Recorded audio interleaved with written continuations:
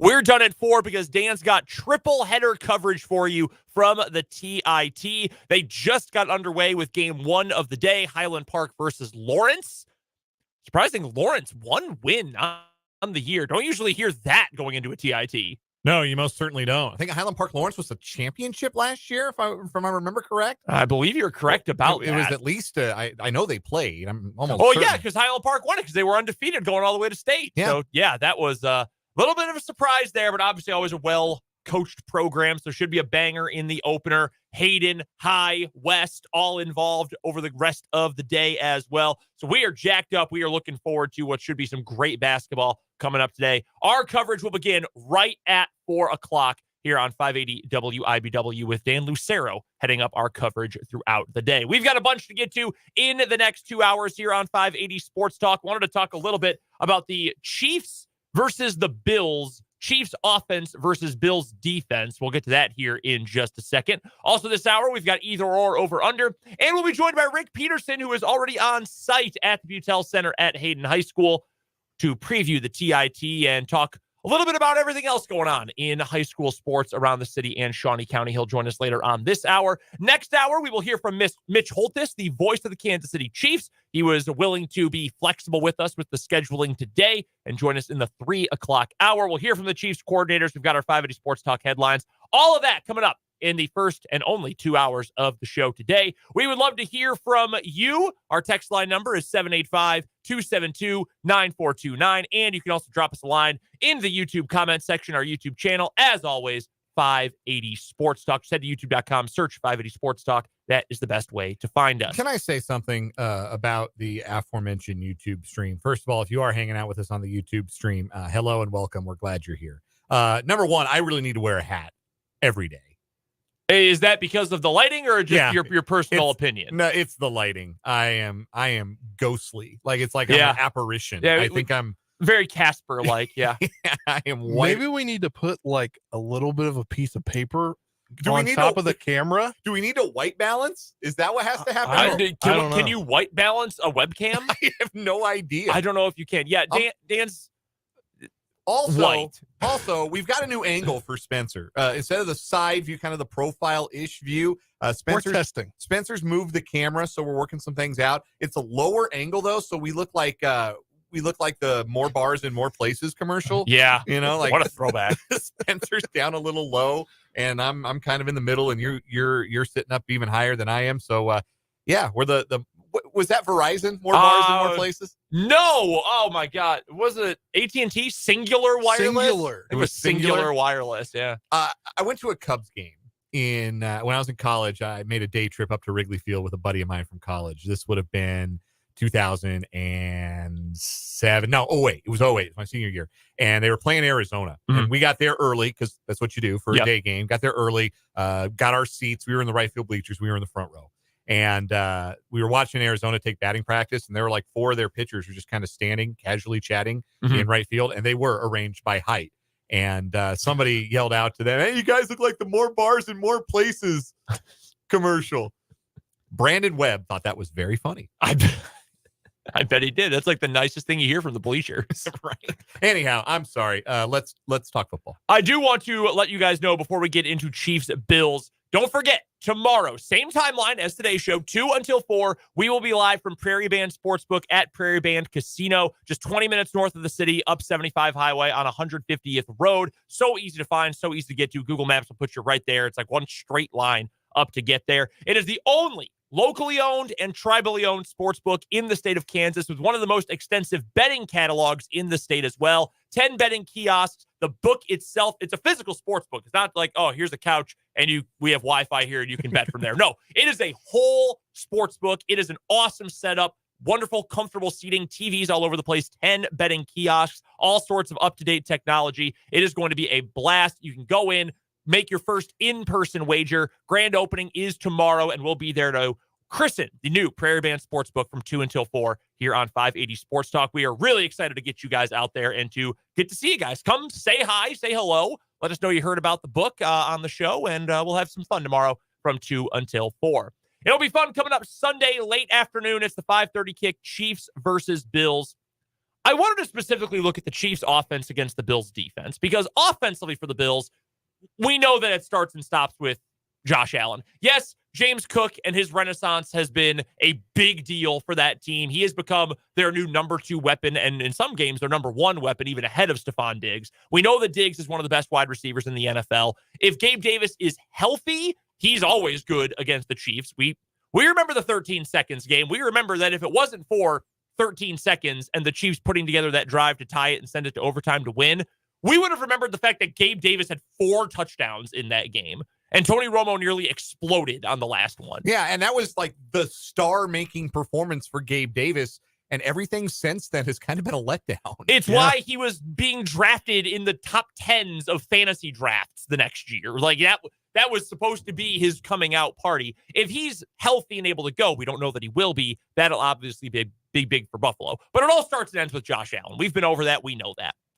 On the other side of the ball, that's a depleted Bills defense. They have been banged up. They have lost Trey White. They have lost Matt Milano. In a way, they lost Von Miller because when he showed up last year, it was, whoa, Von can still go. He is a shell of himself. Now, they still have good pass rush depth. Ed Oliver's having a career year. Greg Rousseau I think he goes by Gregory, but Rousseau, he is having a coming out party all year long. They've got decent depth along that defensive front, even if Von Miller is a shell of what he once was.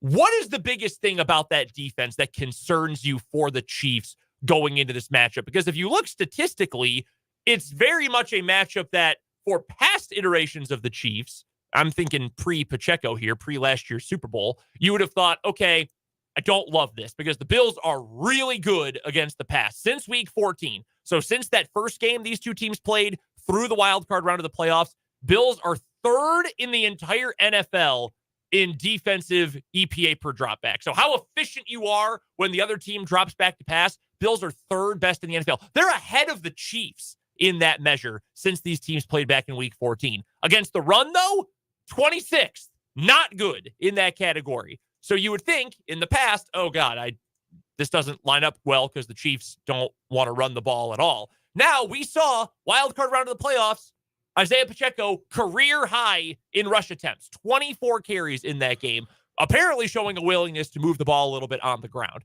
The other thing, one stat I want to get to before get your guys' opinion on this, the Bills all season long, dead middle of the NFL in terms of red zone touchdown percentage allowed, 55.8%.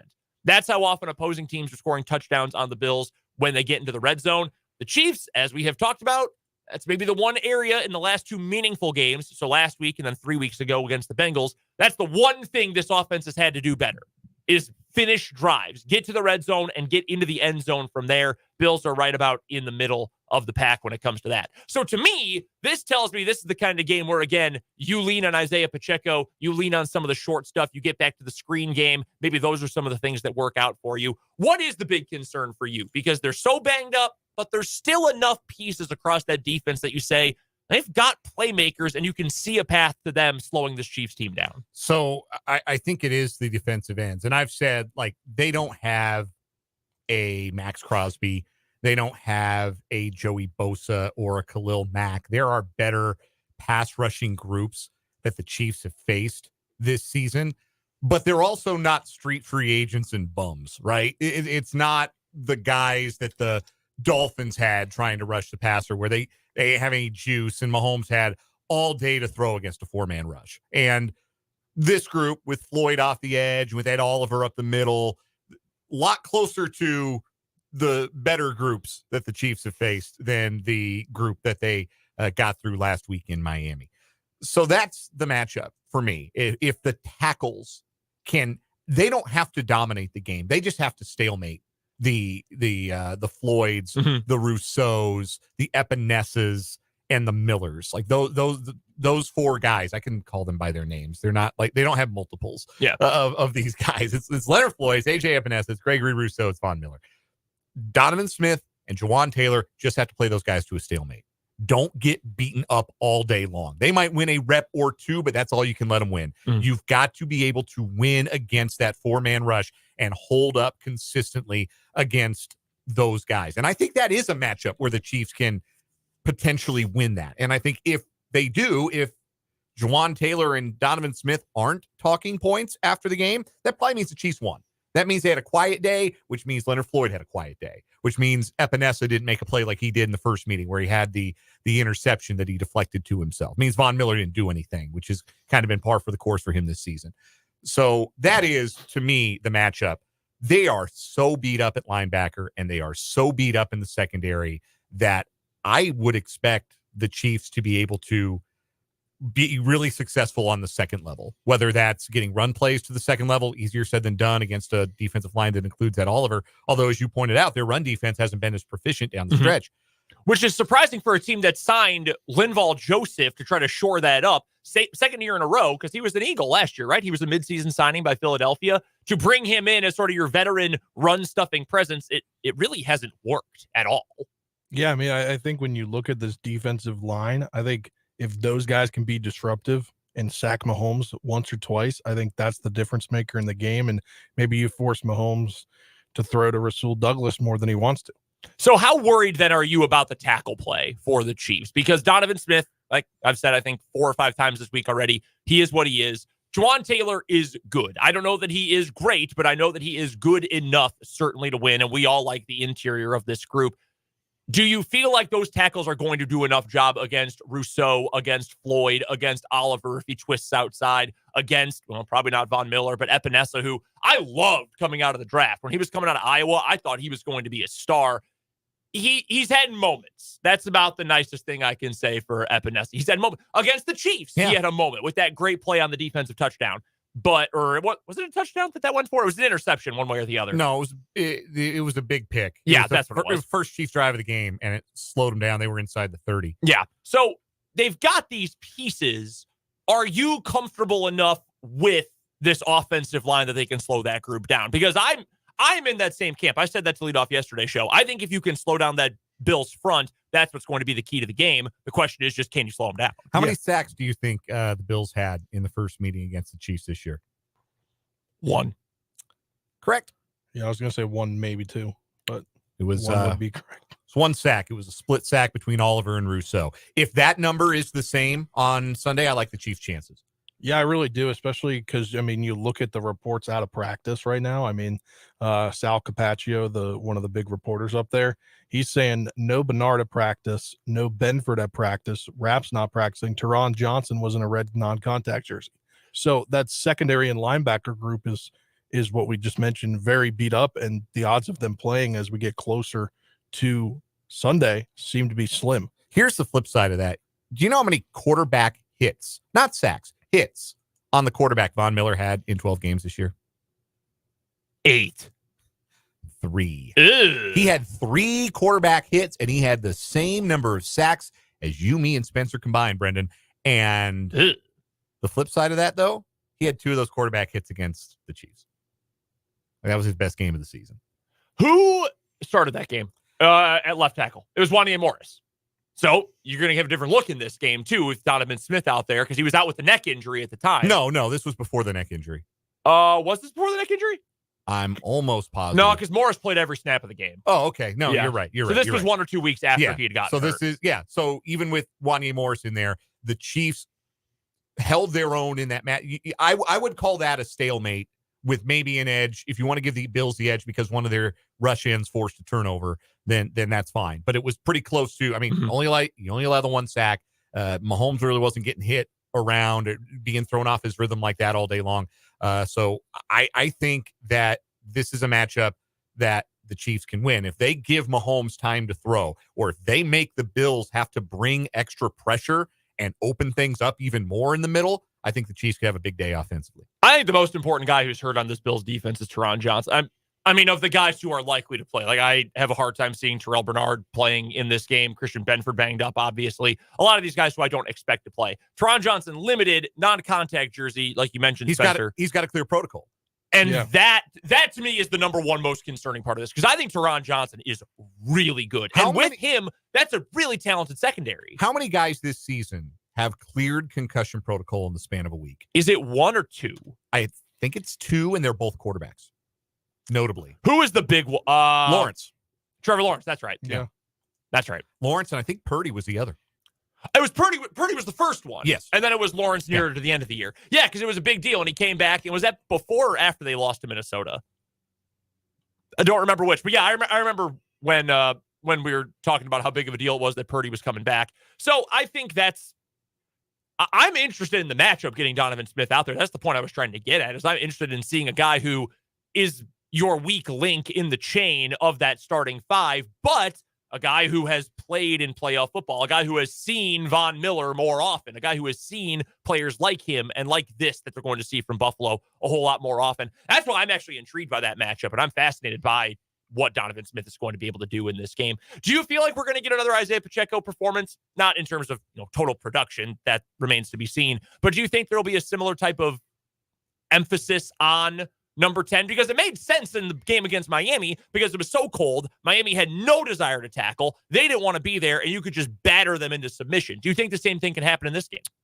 Pacheco didn't play in the first meeting, if you recall. Clyde Edwards-Helaire was the feature back in that game. Yes, he was. And carried the ball 11 times for 39 yards. Chiefs as a team rushed 18 times for 82 yards. So right around 4 yards per carry, even without Pacheco. I feel like when I look at this Chiefs offense, I think they found the thing that is going to work for them and the thing that they will ride as long as they can in the Cincinnati game.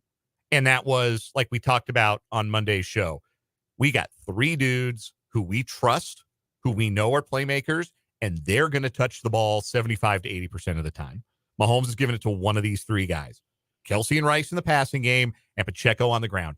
And come playoff time, there is absolutely value in being able to give the ball to your running back and have him set a physical tone. The Chiefs have been able to do that, and they were able to do that against Miami. They were able to do that in Cincinnati, those last 2 games of theirs, which were meaningful games. I mean, you say what you want. That Bengals team was obviously pretty beaten up. They didn't have Joe Burrow, but that was a win and in game for the Chiefs, and they treated it accordingly. And last week was a survive and advance game, and the Chiefs played it accordingly.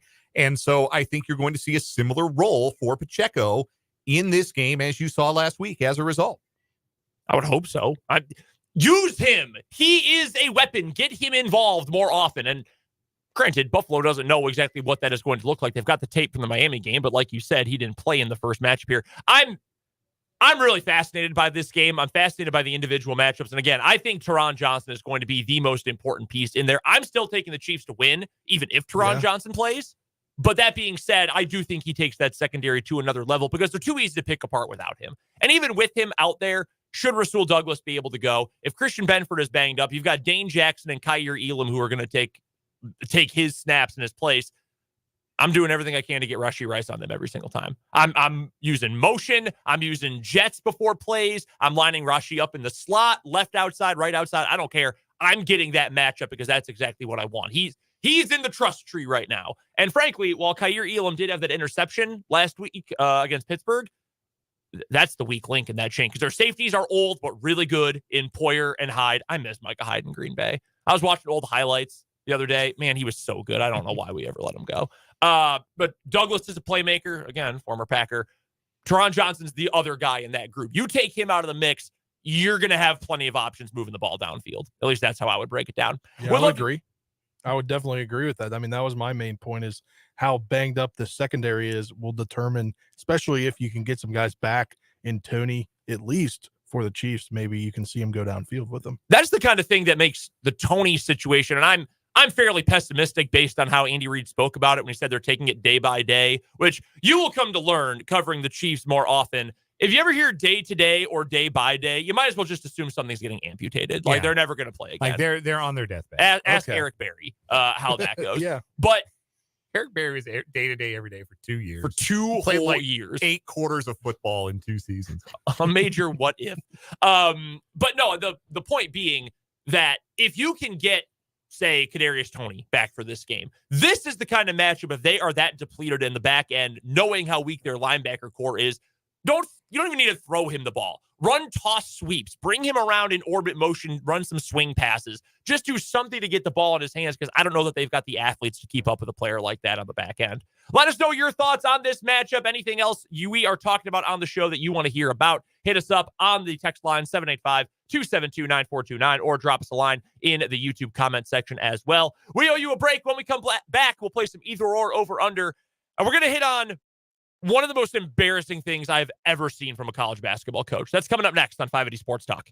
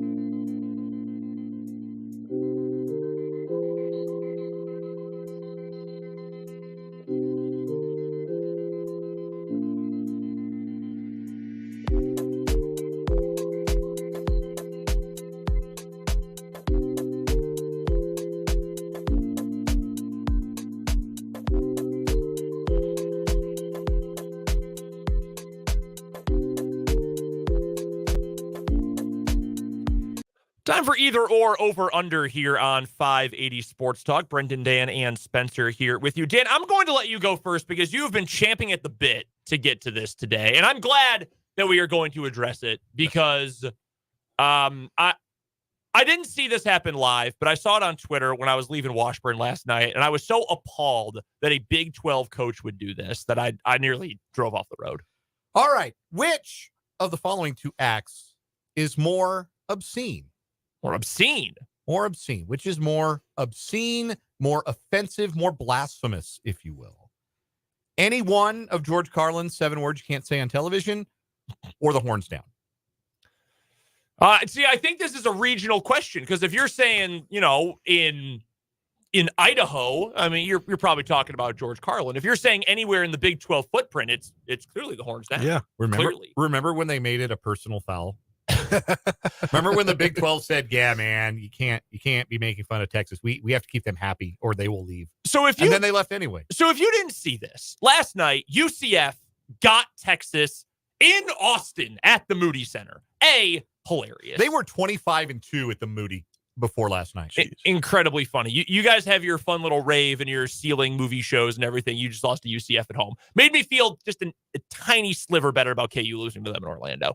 So you lose that game. And then Rodney Terry, instead of being worried about the important things after the game, like, hey, we were up 22-6. We had a gigantic double-figure lead throughout the entire first half. We were up by 12 at the break. And then we lost by multiple possessions at home to one of the worst teams in the Big 12. Not the worst, but one of the worst. After leading by as many as 16 in the first half and leading by 12 at the intermission. And your team whizzed it right down their leg. You're complaining because a handful of the UCF players looked up into the crowd and flashed the horns down. That's what you're complaining about. You're calling it trash and classless and saying we don't do that. You know what else you don't do, buddy? Win at home against UCF. Give me a break. I'm doing the horns down right now. Give me a break. Into the camera. I'm doing the horns down on the and Texas folks act like doing this is the rough equivalent of the time Sinead O'Connor tore up a picture of the Pope on Saturday Night Live. Like they really treat it like that. Like, get over yourselves first and foremost. Like, I'm telling you right now, if you don't like it now, wait till you're in the SEC. Just wait. Just wait till you run into fans that are so insane that, like, Arkansas fans foiled their own coach. Yeah. Georgia fans get in the face of small children and bark at them. Like, horns down is going to be the least of your concerns when you're in Tuscaloosa, when you're in Knoxville, when you're in Baton Rouge on a Saturday night in Death Valley. My older sister went to the University of South Carolina, right? And when she was a student, it was her junior year because they played Alabama back-to-back years. Her senior year is when South Carolina upset them in Columbia. I was at that game. The year before, she traveled. They took like a student, fan pet bus all the way to Tuscaloosa from Columbia, South Carolina. She said first thing that she saw when she got off the bus was a toddler giving her the finger. Wearing a houndstooth, wearing all things Alabama, just a young child, giving her the finger. It's just ridiculous. And you set yourself up to see it more now. Every building you go into is going to be even more encouraged to do this. But it's good. It's good, actually, that Rodney Terry is concerned about the important things. Not the fact that his team is now out of the top 25. They started 1-3 in conference play. Right now, they are not an NCAA tournament team. They are not putting together an NCAA caliber resume. I'm glad he's worried about the right things. And I'm definitely glad that he doesn't look like last season as the interim coach. He was basically a babysitter. I'm glad it doesn't look like, in retrospect, Serge Jabari Rice was the head coach of that basketball team. I'm glad that Texas decided not to do a coaching search and give the full-time job to the interim who tricked off an extremely winnable Elite Eight game at the very end and lost to Miami. Why, by the way, he relied on Brock Cunningham in the clutch. Yes. Brock Cunningham was playing crunch time. He took a very important shot at the end of that game. No, it was a great idea at the end of the day to hire the guy who couldn't have a winning record in Conference USA with one of the best players in the country, Sule Boom, on his UTEP team, who had a losing record at UTEP. Yes, it was extremely important to put that guy in charge, just as it's extremely important to eradicate the scourge and the inappropriateness that is the horns down. Rodney Terry, I hope you're renting. So K-State doesn't host Texas this year. They only play once. They have to go to Austin because the Octagon, they'd let Texas hear it. Oh, yeah, they would. You know who Texas plays one time this year on the road? Would it be the Kansas Jayhawks? 37 days from now, Texas travels to Lawrence, 5 o'clock tip-off to take on the Kansas Jayhawks. If you don't think that place is going to be loud for the last ever meeting between the two at Allen Fieldhouse with this fraud as their head coach, oh, buddy. Oh, and by the way, 3 days later, they play at Tech. Best of luck. Yeah. Best of luck, guys. You're going to see, they're going to project. They might paint horns down on the floor at the United Supermarkets Arena. They should. They absolutely should. The students will do it. They'll say, yeah, we'll do it for free. You're soft, Rodney Terry. I hope you didn't buy. I hope you're renting. Spencer, what you got? All right, I did the over-under here. All We've right. already seen one first-time head coach hired in Gerard Mayo in the NFL with the Patriots. Obviously, that was a contractual thing made. They didn't have to interview anybody because they put it in. Promoted from within, yeah, but they literally put it in his contract, and the league office had it. How many more will we see? I'm setting the over-under at 2.5. Do I say what I'm taking? Yeah. Let us know. I'm taking the over. Raiders are gonna make the right decision this time and hire their interim head coach in Antonio Pierce. Okay. Ben Johnson, Bobby Slowick, they'll be hired somewhere. You think Slowick. Interesting. Yeah, okay. I think Ben Johnson does end up with a job. I agree. Is David Shaw getting a job? Because he had an interview with the Chargers today. Yeah, he sure did. I mean, I think Ben Johnson and Bobby Slowick, between one of them will go to the Commanders. One of them will find their way down to Carolina. That'd be an interesting one in Carolina. I would love to see either one of them coaching Bryce Young. I believe that Bryce Young will be good.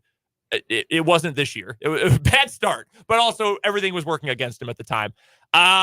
Yeah. So are we saying 2.5 total or 2.5 not counting Gerard Mayo? Not counting Gerard Mayo. So more. I think I will go under. I think Antonio Pierce gets it. I agree with you there. Ben Johnson, I think, is going to get a job. I guess I wouldn't be surprised if Aaron Glenn got one either, the other Lions coordinator on the defensive side. Teams are just so conservative when it comes to hiring coaches, and they want to hire guys they know, guys who have track records. So I'll play the conservative bit, and I'll go under. Slowick and Glenn, I think, are going to get legit interviews, though. I really do think so. I think so as well. I wouldn't be surprised. I'm going to go over. I think maybe even a guy we haven't brought up, somebody maybe we're not considering seriously right now, might be a guy who does well in the interview process and winds up as somebody's head coach. It'll be fascinating to see what happens. The Chargers are a wild card because I think they really want Jim Harbaugh. I think they want to. I think they really want to make that happen. Mm-hmm. If they don't make that happen, I think they're going to go cheap like they did with their last 3 head coaching hires. They're going to hire a first timer. All right, last one, real quick here. Offensive Rookie of the Year, either or, Stroud or Nacua. C.J. Stroud was awesome, and it's the most important position on the field and has gotten that team all of a sudden looking like they might be the next big thing. Puka Nacua set every single rookie receiving record. Ones that have been set for decades, broke all of them. You got to be Nacua. It's a quarterback award. All those awards, you always lean quarterback, so I think it's going to be Stroud. I would vote for Jackson Smith and Jigba, but I'm very biased. Clearly. He really came on second half of the year. He did. I think he's going to be really good. You're going with Puka, though? Yeah. I think they're going to change things up. They're going to be like, this guy set all these records, and maybe they're going to try to push a different variant here in the NFL for once. One of my buddies who's a Rams fan was upset about the game the other day, and I said, well, at least you have Jerry Rice reincarnate on your team. He goes, no, actually, that makes me feel a lot better. Dude, he was unbelievable in that game. Remarkable. So good. We got to get to a break. When we come back on the other side of this timeout, we'll be joined by Rick Peterson of TopSports.News here on 580 Sports Talk.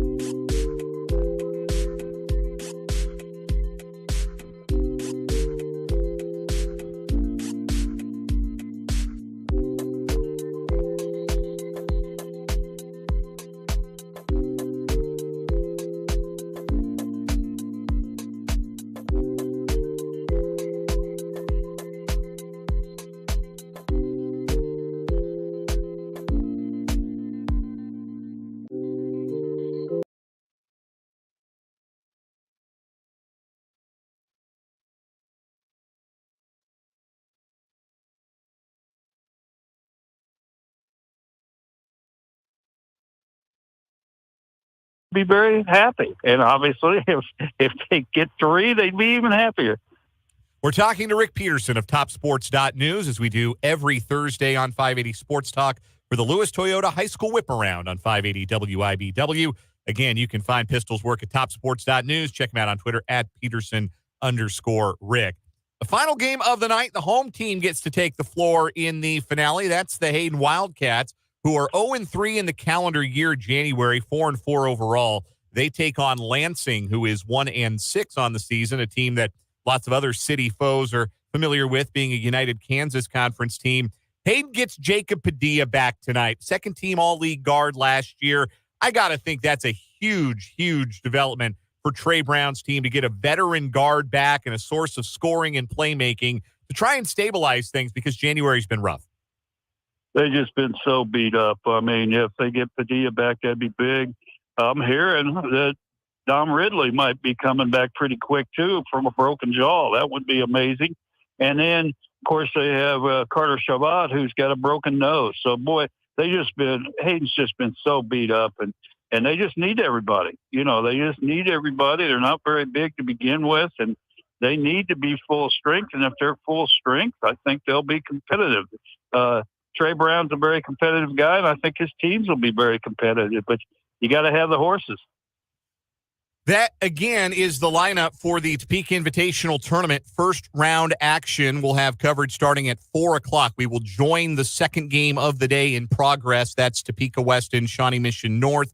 Scheduled tip-off times for the other two games, 5:45 for Topeka High and Wichita Northwest, 7:15 for Hayden and Lansing. All games at the Butel Center at Hayden. And you can hear them right here, 580 WIBW, FM 104.9, and online at 580WIBW.com.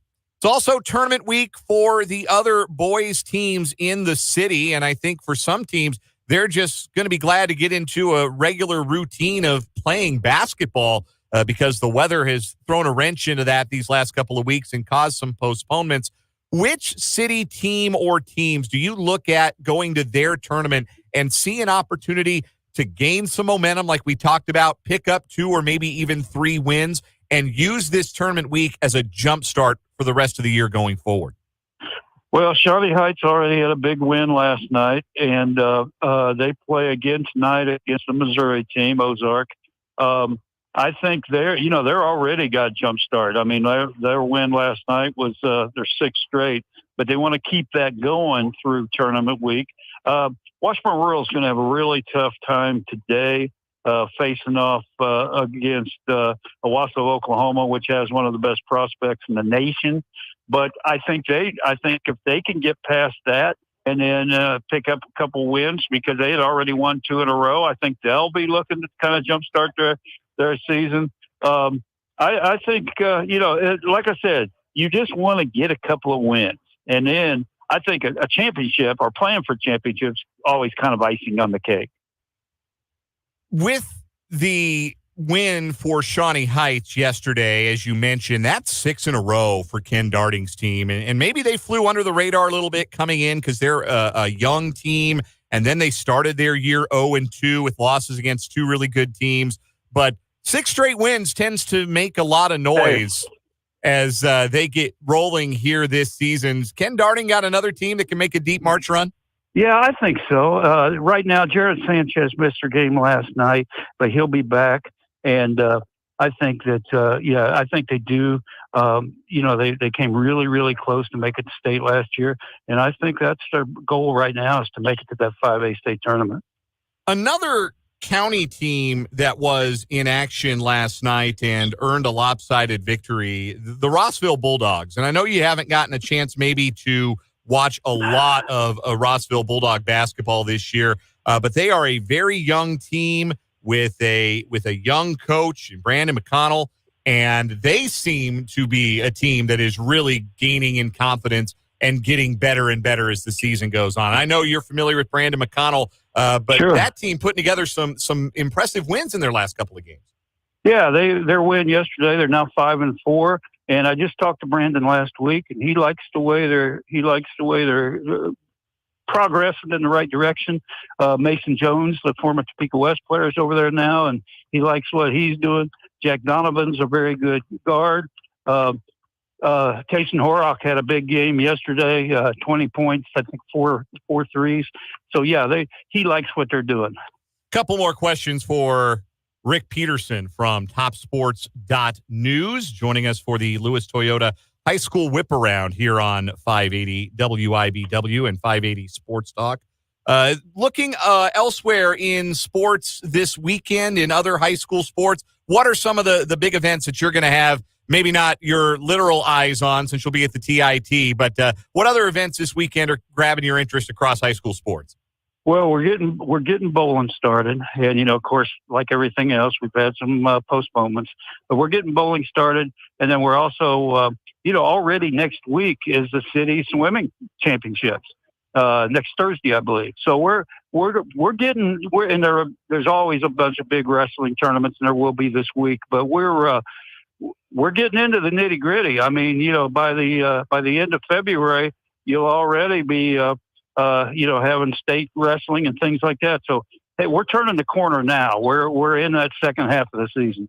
We talk a lot about the wrestling programs at Washburn Rural, Seaman, Shawnee Heights, but some impressive performance for some of the 501 schools at the Topeka High Invitational last Saturday. Rehabiah Wilson for Topeka High was a tournament champion. So is Adrian Burney from Highland Park. Nice to see some 501 wrestlers starting their seasons off well. Yeah, no, they have, and they have been competitive, and I think they'll continue to be competitive. So, they missed a year during COVID, which I think set them back. So now they're rebuilding and kind of getting where they're more competitive every year. Rick Peterson covers high school sports in Shawnee County and Washburn University athletics as well for TopSports.news. That is the premier resource for all of the prep sports news and results and standout performances that you need. Visit TopSports.news today. You can find Pistol on Twitter at Peterson_Rick, and you can hear him every Thursday here on 580 Sports Talk on the Lewis Toyota High School Whip Around. Pistol, it is always a pleasure. Enjoy the TIT. We'll see you out there later.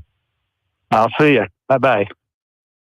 That is Rick Peterson, the absolute best in the business, joining us here on 580 Sports Talk to preview the TIT. And again, our coverage of the Topeka Invitational Tournament begins at 4 o'clock today. Dane Lucero on the call for triple header action. Hayden, Topeka High, and Topeka West all in action coming up today. Real quick, before we get to the news and our only top of the hour break during the show today, a reminder that coming up tomorrow from 2 until 4, we will be live from Prairie Band Sportsbook, the brand new grand opening of Prairie Band Sportsbook, the only locally owned sportsbook in the state. It is right next to the Three Fire Steakhouse inside the casino with premium lounge chairs, wall-to-wall TVs, in-seat food and beverage services as well. We can't wait to be there. We'll tell you about the second chance drawing coming up in just a little bit. So come join myself, Spencer, and Dan all out there at Prairie Band coming up tomorrow as we christen the brand new sportsbook at Prairie Band Casino and Resort. Coming up in the second and final hour of the show today, we'll hear from Mitch Holthus, we'll get to our headlines, and we'll hear from the Chiefs coordinators. All that's coming up right here on the Sports Voice of Kansas, 580 WIBW.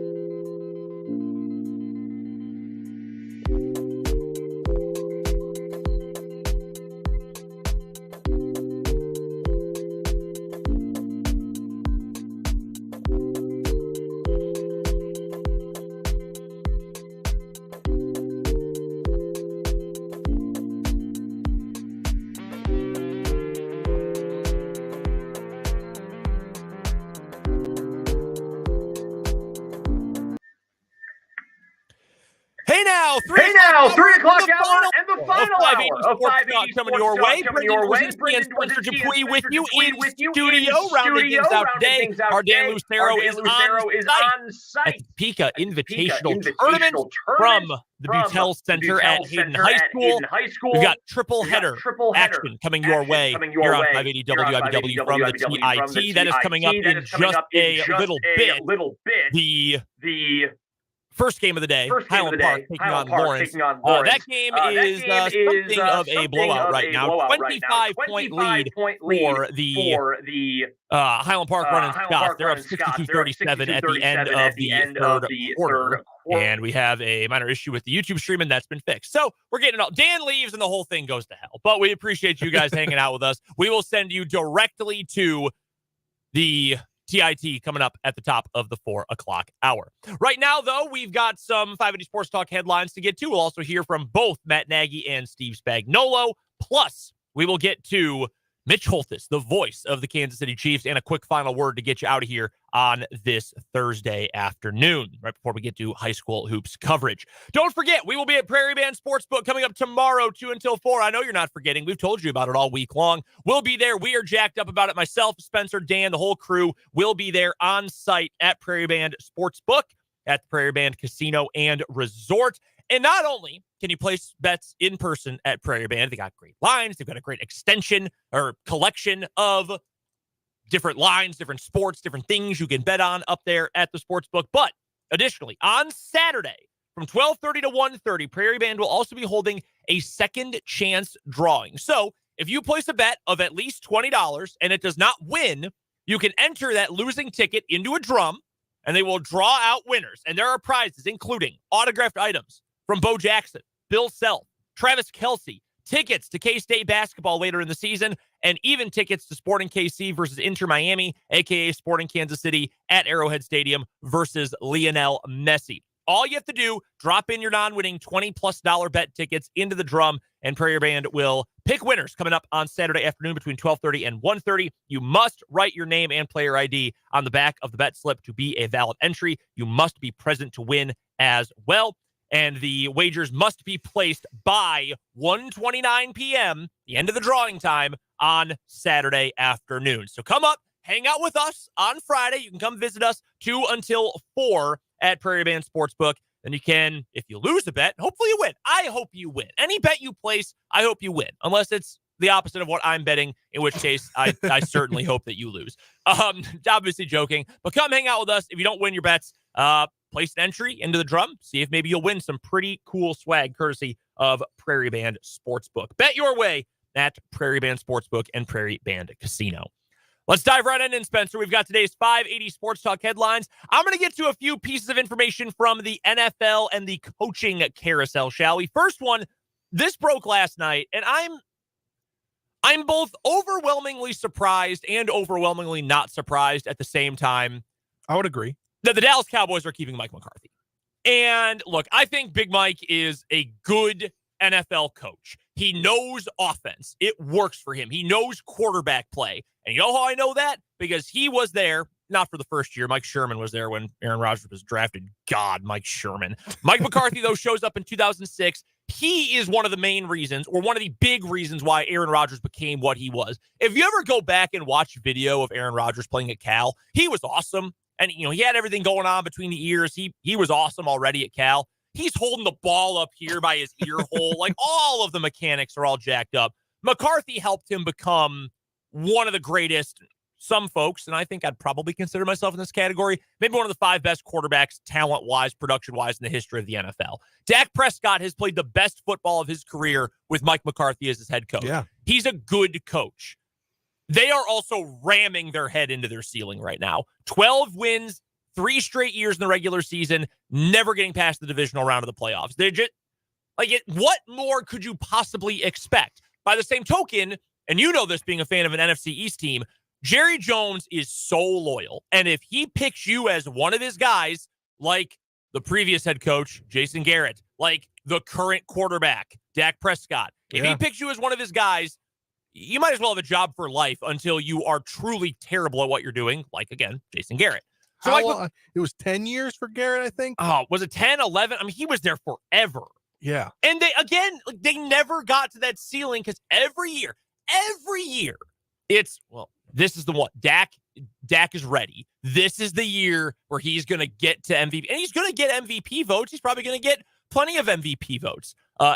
Almost 10 full seasons. Got 9.5 seasons. Yeah, as the interim head coach 2010. So we hear it every year. And they've got talent. And they've got talent on both sides of the ball. And they've got a good coach and a good quarterback. But they don't have greatness at either of those spots. And they're just going to continue ramming their head into their glass ceiling with the inability to shatter it. So the loyalty I get. I just don't get, like, you're the Cowboys. You can afford, a rebuild for the Cowboys is not like rebuilding if you're the Kansas City Royals in Major League Baseball, where it's going to take 5 years for you to even be respectable. And even then it might not work. And Royals fans, you know exactly what I'm talking about. You can turn this around quickly, at least relatively quickly if you're the Cowboys.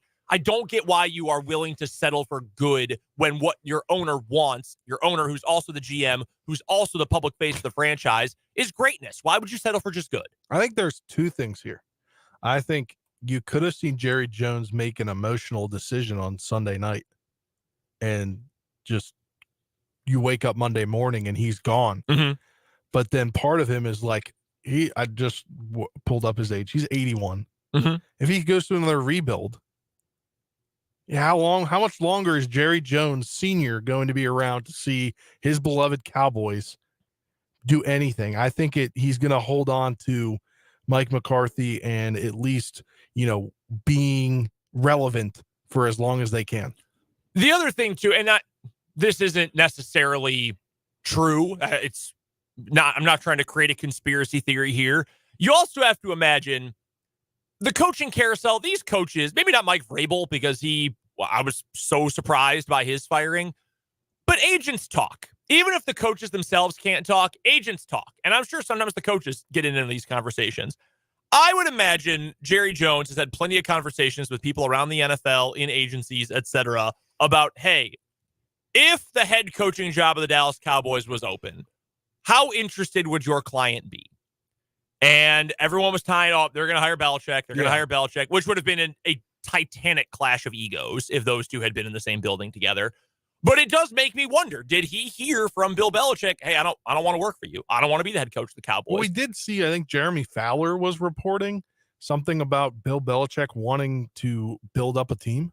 Again, I think he wants the challenge. That would make sense. So if you bring him in, I think to Dallas, you're expecting, if Jerry Jones brought him into Dallas, he's expecting a Super Bowl next year. Yeah, I would agree with that. Not rebuilding. No, that's a great point. So I would figure that factors in. But again, why not?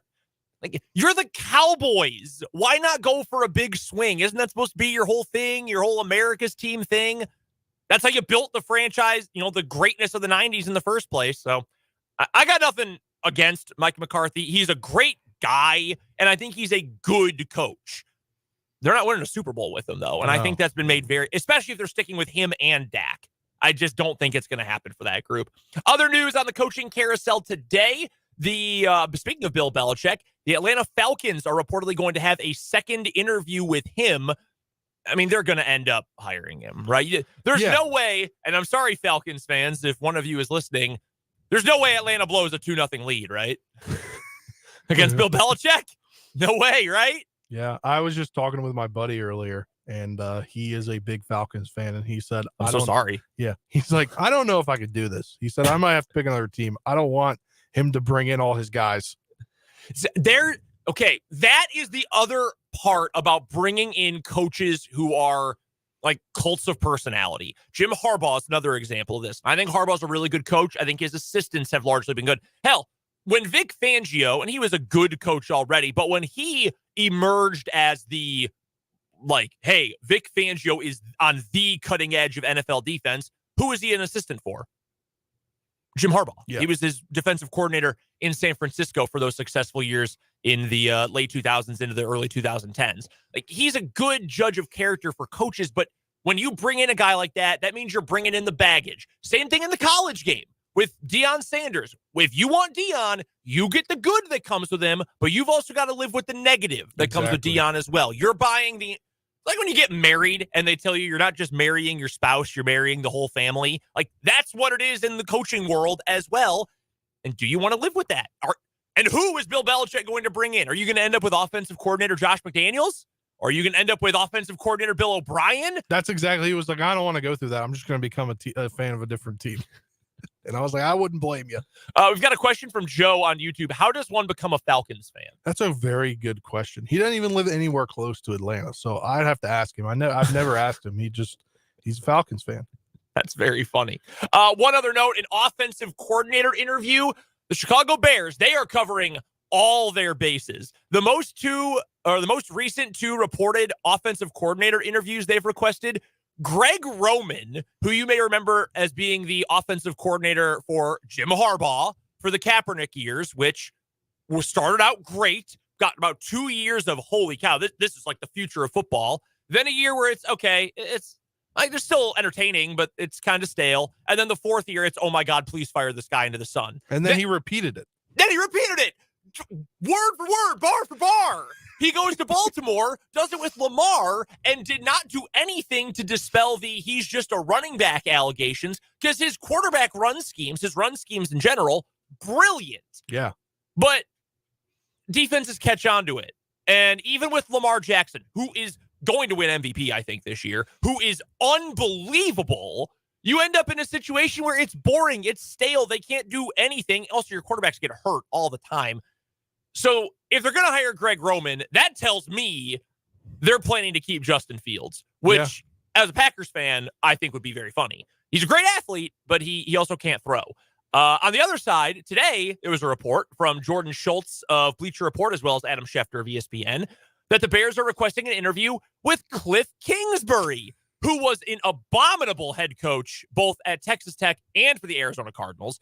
Remember, anytime someone asks you your opinion of Cliff Kingsbury, remember to say, or anyone tells you, well, I think Cliff's a good head. Like, why can't he be a head coach? Like, I would trust him in, with a college team, or maybe he's an interim someday and he gets another chance in the NFL. He had a losing record in college with Patrick Mahomes as his quarterback.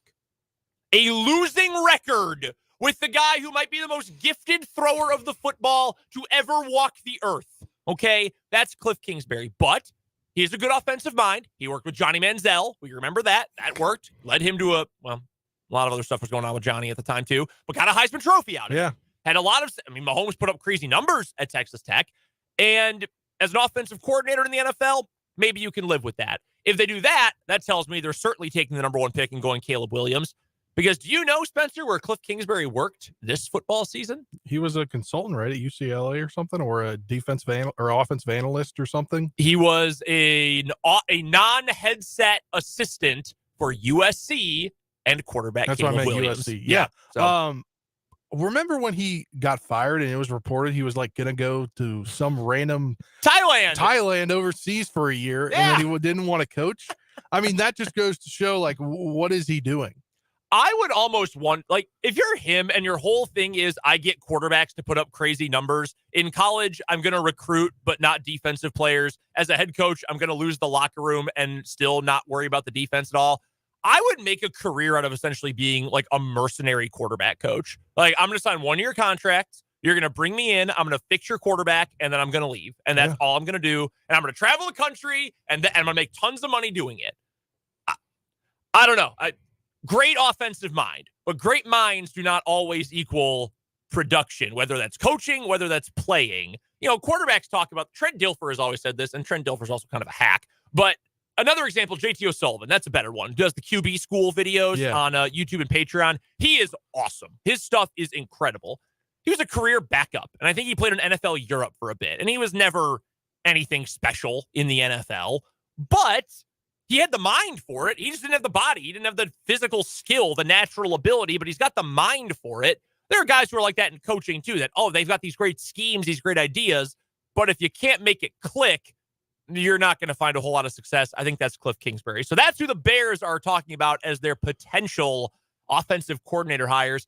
If they go with Roman, they're keeping Fields. If they go with Kingsbury or someone from a similar tree, they're going Caleb Williams. Yeah, easy as that. What you got for your first headline? My first headline is I'm going to steal what you were talking about in the office earlier. Miami tight end Cam McCormick confirmed Thursday he will be playing for the Hurricanes in 2024. He'll be his 9th season of college football. As what was it? Dan posted on Twitter earlier something very funny. Can't repeat it on the air. Yeah, But if you want to go to Twitter and look at it, you can go look at it. Some Craig Mack lyrics you can't repeat. But like how? Like he literally started college when I started college. I remember when Cam McCormick left Oregon. It was like, oh my God, he's already played 7 years. This is crazy. And now he's going into year 9. We talked about this with Talia Tungavailoa. That's what I was going to bring up. The point of there, like, well, they didn't give him one, but they're going to give this Cam McCormick guy another one. Like, what? And I can understand the rationale to a point that it's been injuries and his seasons have been taken from him due to injury. Because all told, it's not like he's played a ton of games. Broke his leg in 2018. Complications from that cost him 19 and 20. Had a foot injury in 21. He got his 6th year, then got the free year in 2020 due to COVID, and then again ended up getting injured in 2023. Transferred to Miami, but tore his did he tear his ACL? No, he just resubmitted because of all these injuries to get another free waiver year. Look, more power to him. I know everyone rags on these guys, like, get a job. And I sort of get it. And again, you kind of split the baby here. On one side, you get, dude, why are you you're playing with 18-year-olds. You're a grown man who's been in a college training regimen and college nutrition program for almost a decade. You are a grown man playing with, in some circumstances, literal children. On the other side, I mean, hey, if you're not going to play in the NFL anyway, and they're going to give you an opportunity to play football a little bit more, I can understand wanting to play. But 9 years is crazy. Have you seen some of the names of guys who were in his recruiting class? I mean, I can only imagine because they were going to college when I went to college. 2016. Also, the quarterback in Oregon's class that year that they signed with Mario Cristobal as head coach, Justin Herbert. Other players in that class included Nick Bosa, Ed Oliver, Rashawn Gary, and Jalen Hurts. All of those guys are on their 2nd NFL contract or have already signed them and are going to begin them next season in Gary's case. That's unbelievable. It really is. I don't knock him for getting to do what he wants to do. Good for him.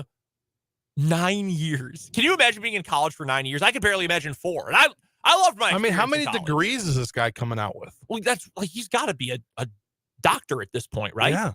Or he's got like 4 undergrad degrees. Yeah, he just keeps getting new majors. Yeah. He's like, well, he's got like 6 different degrees. He can do whatever he wants when he gets done with football because he's probably not going to play in the NFL. Yeah, maybe that's it. Maybe that's the. He'll be too old to play in the NFL. Because the oldest. I don't know if he was the oldest to ever debut. Well, the punter in New Orleans, Headley, isn't he 31 or something? I don't know. Wasn't Brandon Whedon? Whedon was drafted at 28. Yeah. I know that. Yeah, Lou Headley, the punter for the Saints, he was in his late 20s in college. Yeah, he's older than I am. He was born in 1993, and he debuted with the Saints this year at 30 years old. So, yeah, because he was a professional in Australia. He was an Aussie rules player and then came over, played JUCO ball, then transferred to Miami, and then ended up in the NFL. As far as I know, he's one of the oldest players to ever debut in the NFL. Yeah. 9 years, though. I can't imagine, like, if you're Cam McCormick, you know I'm not playing in the NFL at this point, right? No. I would have to imagine so. One more headline for me today. We've got the full list of performers for the Super Bowl, okay? So we already knew do you remember who the halftime show is? I forgot this until this weekend. Got it too, and I was just told yesterday here in the station, Usher. Yes. Bradley J was reminding me because we talked about it. You'll see a video good. On social media here soon. I think probably tomorrow, right? Or Saturday? I would assume it'll go up tomorrow, yeah. Yeah. But I said this person might just jump on, but I don't even know who was doing the halftime show. And he goes, Usher. And I was like, oh my gosh. Yeah. So it was funny. A couple of years ago, I guess it was 2 years ago, when it was the Eminem, Dr. Dre, Mary J. Blige show. I remember Jake was so excited about it. Finally, music for people, my age. We're going to like this. And I said, dude, I think that means you're old. Like, I think that means think of all the classic rock groups. Now it's these guys. I think that just means you guys are old. I think that's the same for Usher. Yeah. I mean, Usher was great in the late 90s, early to mid 2000s. He had hit after hit. So he's your halftime show. We've known that for a while, even if maybe you forgot. We also now know that Reba McEntire is going to sing the national anthem. You're a country guy, pro or anti-Reba? Let me not. No one's anti-Reba. I was going to say nobody's anti-Reba. But I mean, it seems like they're sticking with the country feel for the national anthem. Yeah. So Reba is going to sing the anthem. Post Malone is going to sing America the Beautiful. And additionally, Andra Day is going to perform Lift Every Voice and Sing as part of the pregame festivities as well. The question is how will Post Malone sing? Because you're not a country guy, but he is dabbling in the country world now. Dan is the one who's anti-country. Okay. I don't listen to a lot of like the Nashville country. Not a lot of the top 40 stuff. I do like Luke Combs, your guy Luke Combs, big fan of his. I like a little more of the like Turnpike, Zach Bryan kind of stuff. I didn't know Post Malone was getting into country music. Yeah, I did not know he was on the CMAs or something. He did. Was he really? Yeah, he did a 90s country mix. He was on. Now I can't remember the name of the song. It's the Pickup Man. They did a rendition of Pickup Man with Joe Diffie's like voice in the background. Wow. With Hardy, I think. How about that? I had no idea. Well, I'm excited to hear it then. I've heard that he's like the nicest guy in the world. Yeah. Like you see like tattoos all over his face and his neck, and you think, oh man, that's rough. Now, apparently he's the nicest guy. He's a big Cowboys fan too. He has a restaurant that I can't remember what restaurant it is. It might be an In-N-Out or something. No, it's a Cane's. It is a Raising Cane's. But it's in literally Utah. No, it's in Dallas. Oh, is it in? I think there was like. He's the one who had the Utah one too? I don't remember. I don't know. I just know he's got one in Dallas, and it's literally like there's a star on it. Like that's funny. It's crazy how like he's like, I want it to be a Dallas Cowboys themed Canes. We've got a comment from Vance on YouTube that says, I really, really hope Usher doesn't have a wardrobe malfunction. Yeah, that'd be nice to avoid. Any other headlines for you today, Spencer, or should we get to a break? Well, let's get to a break. All right, we'll get to a timeout. When we come back, Spags and Nags. We'll hear from the coordinators coming up here on 580 Sports Talk.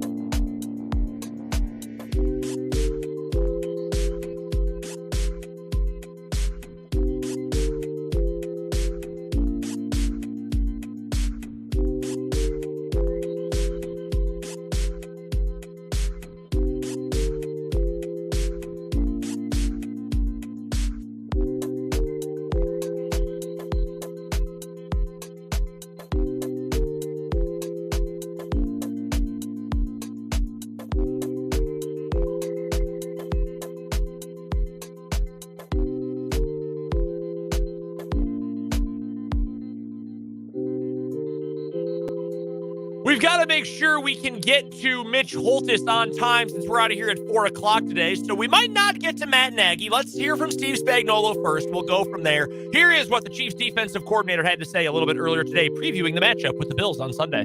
Steve, a lot of your continuity, a lot of your success has been in continuity, but the critical Amenadu and Edwards, I think, made a big difference. I wonder if you could speak to the sort of collective impact they've made, but maybe if you could speak a little bit to what each one of them. Yeah. To me, the most impressive thing with those three guys, especially Mike and Drew, because of the positions they play and what you're needed mentally to pick up everything, has been as good as I've probably had in a free agent, two free agents coming in. Charles, it's a little bit different because it's D-line. It's not quite as taxing, and we lost Charles for a little bit. But those three guys, and it's really nice about that. You ask that question, it just kind of pops in my mind, and the credit goes to Brett Veach and his guys. But that's one at each level. If you could bank on doing that every year in free agency, wouldn't that make a huge difference, right? But they've been, listen, and Brian Cook, let's not forget Brian. I mean, that's a starter that we don't have now. And yet I think Mike has stepped in there, and we haven't skipped a beat in the chemistry. We know what happened when Nick got dinged, and we didn't have to back off in anything, not in scheme or the way we played because Drew stepped in there. So I think what they did stepping in, I think speaks volumes to how important they've been. So you talked a few weeks ago about Steve coming to you at some point in the offseason saying, I'd like to travel with the number one guy. Yeah, I might have gone to him because I had that in my mind the whole time. Well, I think the conversation was, I said to LJ, if we can have the right nickel that we feel, then we need to get you out, and then that's when Trent developed. I thought he said actually. He may have. He probably the both of us. Is that a tough decision? What goes into that? To have him. Yeah. What are the pros and cons? Yeah, not really. The only con I can think of is we all know how effective he was at nickel, right? With the pressures and things that he did in there. But because Trent has stepped in and does I don't think we've lost anything there.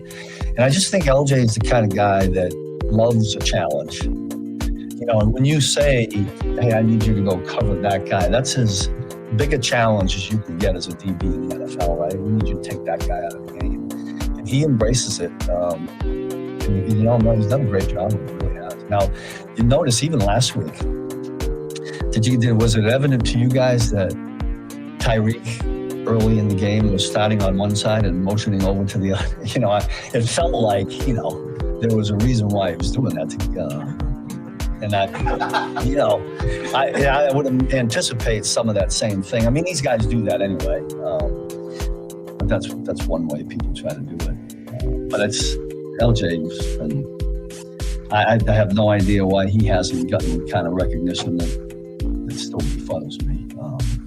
I don't want to go down that road right now, but I'm real proud of him. I love, LJ's. When I have time.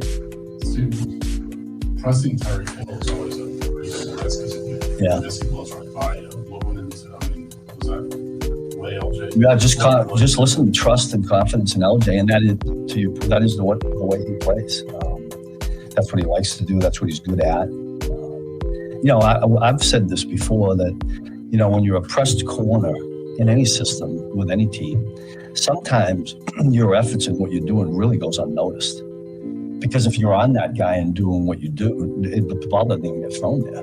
And so it goes someplace else, and maybe somebody else gets the PBU, or maybe we get a sack because we couldn't throw it to the guy. So, but LJ does it as good as anybody. I think he does it as the best in the league. Back to Edwards for a second. Can you take us to the extent that you can through the interception and what the sort of the safety action was on that? Yeah.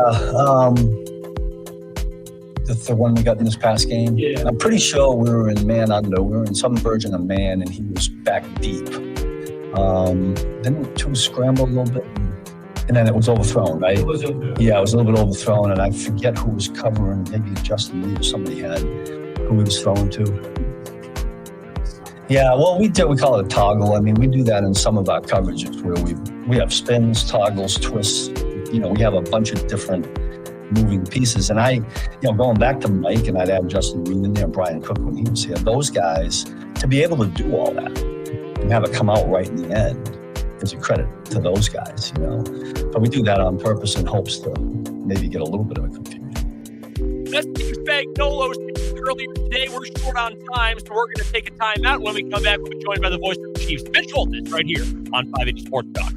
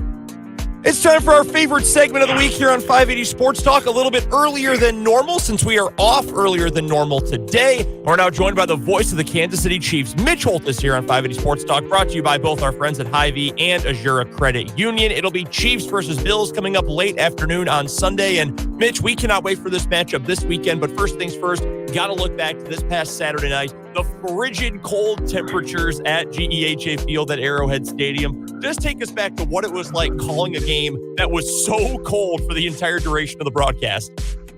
Well, people they go, well, gosh, you were up in the booth, not before the game. I was down on the field. We have a Facebook Live show that we do, 65 TPT. So I was down on the field for an hour and a half.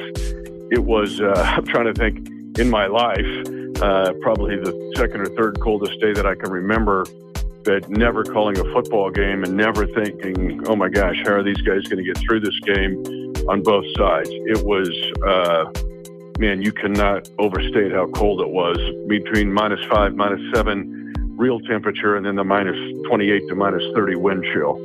It, like I put out on Twitter /X, I think Monday morning, it's a set-alone game.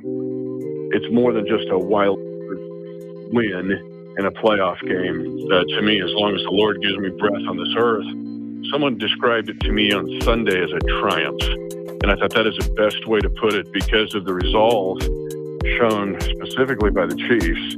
Got to admire the Dolphins playing in it, but I mean that's the fourth NFL playoff game ever, and for the Chiefs to play at that level, high of a level in those conditions, to me, I said I've never been more proud of a team, coaches, or staff than the Chiefs in that game. That's a forever standalone game, no matter what happens from here forward.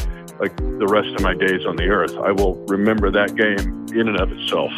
And speaking of how well the Chiefs played in that game, we've been talking throughout the week, and I know Dan mentioned it to me just the other day. That might have been the best game of the entire season for the Chiefs when you consider the defensive dominance, the offense able to move the ball so well. Maybe you would have liked one or two more touchdowns than field goals, but all things considered, Mitch, to put up that kind of performance in that kind of weather, I agree with that statement that was a triumph. Where do you think this ranks among the best performances we've seen from this group this year? This year, there have been moments, there have been flashes. The Chargers game in late October, the 31-17 win, but then that had some moments where there were lapses. I would say the Cincinnati game would be up there, and what it meant, because it got the pseudo bye week the following week and capped the 8th straight division title. But overall, considering the conditions, I would have to put it right there. There wasn't, other than Clyde Edwards-Helaire's fumble late, there wasn't the lapse. There were some penalties. Juwan Taylor struggled, some with penalties and giving up some negative plays. But when you look at it in the context of the season, I'd probably say it was the most complete game of the year, especially the circumstances. We're chatting with Mitch Holthus, the voice of the Kansas City Chiefs here on 580 Sports Talk. Mitch joins us as a courtesy of Hy-Vee and Azura Credit Union here on the program as we get ready for Chiefs versus Bills coming up on Sunday. And let's dive right into this matchup, Mitch. So much drama, so many narratives and storylines going into this game. From what you've seen doing your game prep since that Week 14 game, and we know how that one ended between the Chiefs and the Bills, what looks different? Does anything look different about this Bills team that Kansas City is going to face this weekend? Vastly different, and I don't think enough people have talked about it because they act like, you know, when the Chiefs did with what they did with Patrick Mahomes from 18 to kind of 22, that's what they have in the image. We have the image of the Bills. Honestly, my term here is the Bills found a DeLorean and went back to the future, because let's just set this up. When they came here on December the 10th, they were 6-6. Had a 5% chance of winning the AFC East. They had a slightly better chance of making the playoffs, but not much better. They were desperate. So what did they do? They went back to the future. They went back. They didn't have Michael J. Fox, but they went back to what Josh Allen was at the beginning of his career. Now, hear me out on this. I think they made a concerted effort at the beginning of this season not to run Josh Allen, thinking he's one kill shot away of being Joe Burrow. They've both taken a lot of shots, but the quarterback design runs. Think of the K-State days with Colin Klein. Oh, it looks like a pass. It was never going to be a pass. It was going to be a design quarterback run that just looks like a pass. They got away from that. So when Ken Dorsey was fired, they put in Joe Brady. They went back to what they were doing in 2020, 21, and 21, basically. And that is run the ball.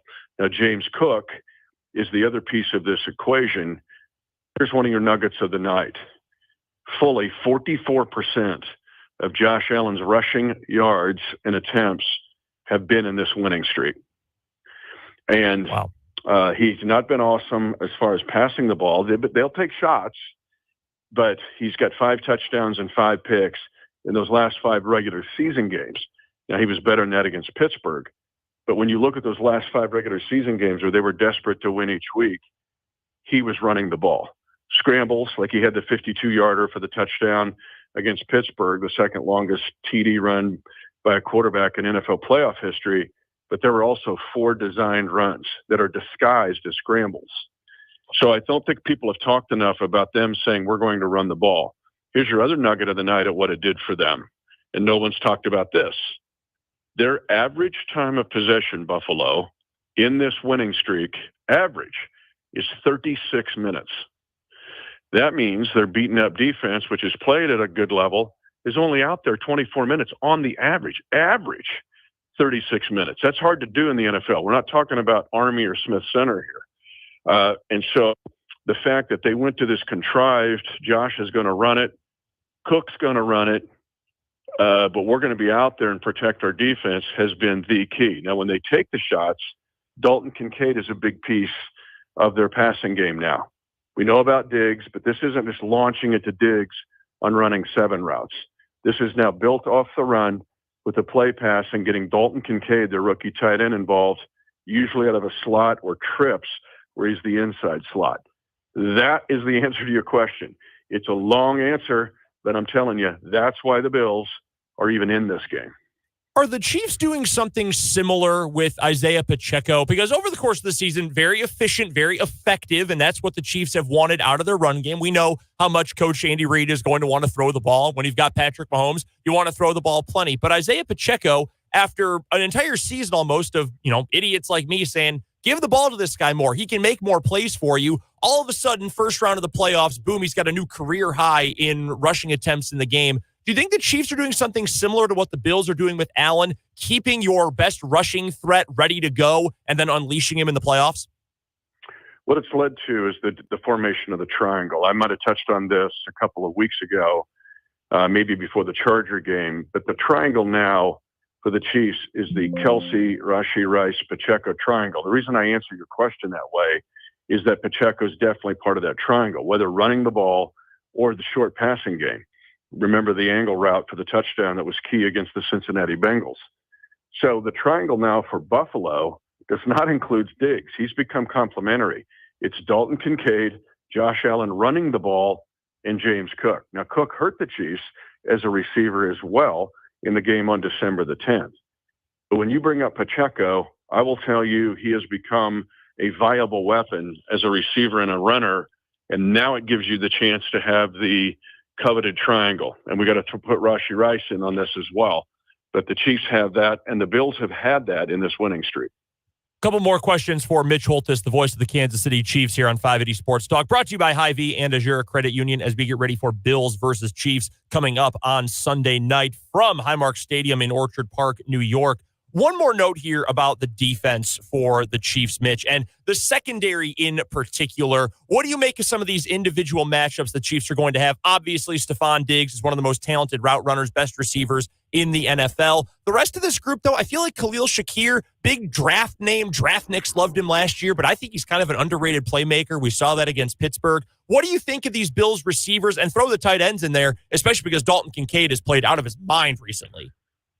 So let's start with the tight ends first. That's my point. That's my thesis, because we start with wide receivers usually, but honestly, what's happened in this 6-game winning streak is the tight ends are your first paragraph, and then a Shakir, Diggs. I don't know if Gabe Davis will be healthy to go. Even Hardy, they'll shoot some down to him, and they'll take some shots. Josh Allen will do that, but it's really the tight ends. When Dawson Knox came back for the Chiefs game, he had been injured. And not that he's put up big numbers, but what it's done is isolated him, opened up doors for Dalton Kincaid, who is a younger version of Travis Kelce, meaning he's a tight end with TE by his name, but he runs every wide receiver route. All 9 routes on the route tree, Dalton Kincaid can run, and he's very astute at it. Now, the wide receivers and Diggs, sure, they're right there, and they're an issue. But it starts with the tight ends. That's what I'm trying to tell you. So the Chiefs defensive backs matchups, it's not necessarily looking at this guy versus this guy versus this guy. Now, the Chiefs have been matching L'Jarius Sneed on the number 1 dude. I'm not sure that'll happen in this game. The Chiefs are equipped, though, to play these tight ends because of the personnel, whether it's the slot, and the Chiefs may play some slots against a double tight end set only because one of those tight ends is Kincaid, and you almost treat him as a wide receiver, if you follow my drift. It's not necessarily going to follow the recipe here. So the other thing is that Chiefs safeties can cover. Shamari Connor can cover. Reed can cover. So can Mike Edwards can really cover. So the Chiefs are equipped to handle what the Bills do. But the first thing is stopping James Cook on leads and powers, and when they try to throw the ball, which was the big culprit in the game in December, and then these quarterback powers that are disguised by Josh Allen. How crazy is that crowd going to be in Orchard Park this weekend? Awesome. I mean, it's going to be awesome and crazy, and Dane and Hughes will probably get in a fight because we sit basically in the stands. It's a 1970. This is still OJ Stadium. Okay, yeah. They can call it whatever they want, but this thing is archaic. And so the setup of the stadium, literally the fans are just a few feet from us. They yell at us the whole game. And if I get excited about a play, it freaks them out. And so, I mean, we could get snow thrown at us. Kevin Harlan almost got in a fight there in the 93 AFC Championship game. In fact, he was out of the booth, and some dude's pulling him out of the booth. And they just sit there and yell at you the whole game. And now, this day and age, they cannot wait for you to, like, lose your stuff and somehow retaliate because they'll put it on social media and bang, it's out there in 2 seconds. So I don't know the most hostile environment you've ever broadcast a game in, but this will be close to it because we're basically not insulated from the crowd. They're fired up for us. They can't wait to get us there. It's been a long time since we've been there, but the narrative where I get a little cranky is, oh, it's Patrick Mahomes playing his first true road game. Wait a minute, Super Bowl 55? Oh, but I'm told that technically is not a road game. Yes, technically it was, because that wasn't the normal corporate, smoking cigars, drinking cognac Super Bowl. This was a COVID Super Bowl where they were giving free tickets to locals to come into the game, including 7,500 first responders. So that group didn't behave like a neutral fan. So that and the fact that Patrick Mahomes is 39-11 on the road in his career, we're going in there ready to go, whether they're rabid fans or not. So Buffalo, you got it, but here we come, and let's let her fly. It's going to be a blast coming up late Sunday afternoon. Make sure you listen to Mitch, Danon, and the whole crew on the Chiefs Radio Network, which you can find right here on 580 WIBW. Mitch joins us every week via our good friends at Hy-Vee and Azura Credit Union to break down the Chiefs. Mitch, we appreciate the time, really appreciate your flexibility with us, and enjoy the trip up to New York, and hopefully bring us home a Chiefs win. 2 more quick nuggets. Let's do it. Buffalo Bills are the only team in NFL history to start with a 500 or worse record with 5 games to go and earn a 2 seed. Never happened before. Wow. Josh Allen, good player. Respect him. I'm Wes Montooth with Anchorman holding the ladder at the zoo. 41 giveaways by Josh. That's the most by anybody in the NFL over the past 2 years. When Allen does not give it away, since the beginning of the 20 season, he's 20-1. And the only loss was the 13-second Kelsey game lost to the Chiefs in the divisional round back in 2021. Wow, how about that? One of my all-time favorite movies, too. Mitch, you're the best, man. Thank you so much. I see you. That's Mitch Holthus, the voice of the Kansas City Chiefs. Love Anchorman, one of the all-time best. We have to get to one final break. We've got the final word up next on 580 Sports Talk.